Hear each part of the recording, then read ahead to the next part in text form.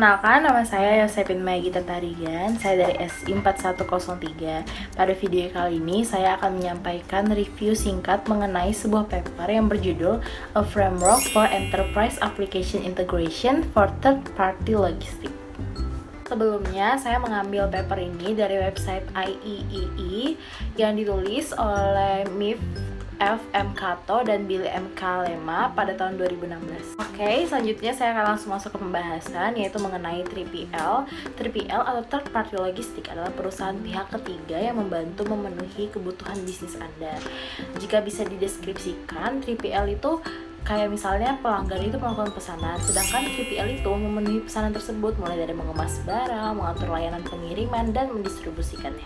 Sedangkan EAI atau Enterprise Application Integration adalah proses penggabungan aplikasi yang saling berkaitan untuk sharing database agar proses bisnis dapat dilakukan dengan lebih cepat dan efisien.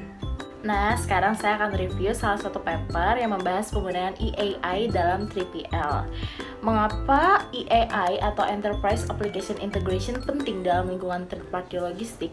Karena EAI mendukung aplikasi-aplikasi yang berbeda pada perusahaan dan integrasi file proses bisnis. Karena Enterprise Application Integration sendiri menyediakan mekanisme untuk mempertahankan arus informasi yang terintegrasi di internal maupun eksternal perusahaan. Nah, untuk mencapai Enterprise Application Integration sukses, ada 4 faktor yang mempengaruhi, yaitu yang pertama itu ada business factor yang bisa dilihat dari value dan strateginya. Yang kedua itu ada organizational factor yang dinilai dari kesuksesan dalam memenuhi permintaan stakeholder. Yang ketiga itu ada teknologi factor, dia itu dilihat dari aspek teknikal dari pembuatan sebuah project. Yang keempat itu ada project factor, itu bisa dilihat dari eksekusinya. Nah, untuk menyukseskan Enterprise Application Integration di 3PL itu ada 3 komponen utama. Yang pertama itu bisa dilihat dari strategi, taktikal, dan juga operasional. Strategi itu contohnya seperti kayak study case dalam bisnisnya, IT strategi, security-nya, human resource, nah itu dibahas semua di strategi.